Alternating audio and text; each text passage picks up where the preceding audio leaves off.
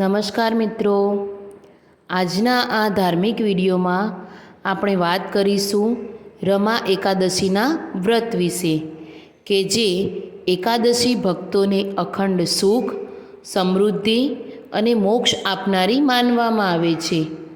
રમા એકાદશી ક્યારે આવે છે? તો મિત્રો જાણીએ। વર્ષ 2025માં રમા એકાદશી શુક્રવાર તારીખ 17 ઓક્ટોબર 2025ના રોજ ઉજવવામાં આવશે। આ એકાદશી કાર્તિક મહિનાની કૃષ્ણ પક્ષની એકાદશી તરીકે ઓળખાય છે અને દીપાવલી પહેલાં આવતી હોવાથી તેનું વિશેષ મહત્ત્વ છે। રમા એકાદશીની પૂજા કેવી રીતે કરવામાં આવે છે? તો જાણીએ। રમા એકાદશીના દિવસે વહેલી સવારે સ્નાન કર્યા બાદ ભગવાન વિષ્ણુ અને માતા લક્ષ્મીજીની પૂજા કરવી જોઈએ।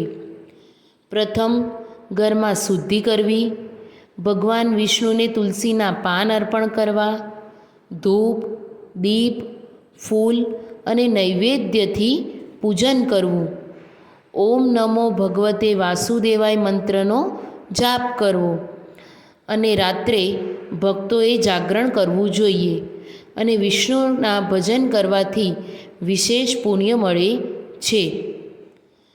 મિત્રો, રમા એકાદશીનું પારણું ક્યારે કરવું જોઈએ? તો ચાલો જાણીએ।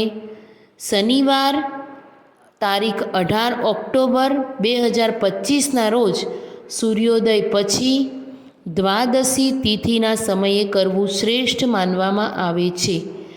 વ્રતનો પાલન કરનાર વ્યક્તિએ પારણા વખતે સાત્વિક આહાર લેવાનો અને જરૂરિયાતમંદોને દાન કરવાનું ધ્યાન રાખવું જોઈએ। રમા એકાદશીનો મહિમા શું છે? તો જાણીએ કે ધાર્મિક ગ્રંથોમાં લખાયું છે કે રમા એકાદશીનું વ્રત સૌંદર્ય, સુખ, સમૃદ્ધિ અને વિષ્ણુ ભક્તિ આપનારા બધા એકાદશીઓમાં શ્રેષ્ઠ છે। આ વ્રતથી ભગવાન વિષ્ણુ પ્રસન્ન થાય છે અને માતા લક્ષ્મીજીનું આશીર્વાદ ભક્તને મળે છે। માન્યતા છે કે જે ભક્ત નિષ્ઠાપૂર્વક આ વ્રત કરે છે તેના સર્વે દુઃખો દૂર થાય છે અને જીવનમાં સુખ શાંતિ આવે છે। તો મિત્રો, આવી પવિત્ર રમા એકાદશીના દિવસે ચાલો આપણે સૌ વિષ્ણુ અને લક્ષ્મીજીની ભક્તિમાં લીન થઈએ અને જીવનમાં સમૃદ્ધિ તથા શાંતિની પ્રાર્થના કરીએ। તો મિત્રો, જો તમને આ વિડીયો ઉપયોગી લાગ્યો હોય અને ગમ્યો હોય તો લાઈક કરો, શેર કરો અને ચેનલને સબસ્ક્રાઈબ કરવાનું ભૂલતા નહીં। જય શ્રી વિષ્ણુ ભગવાન।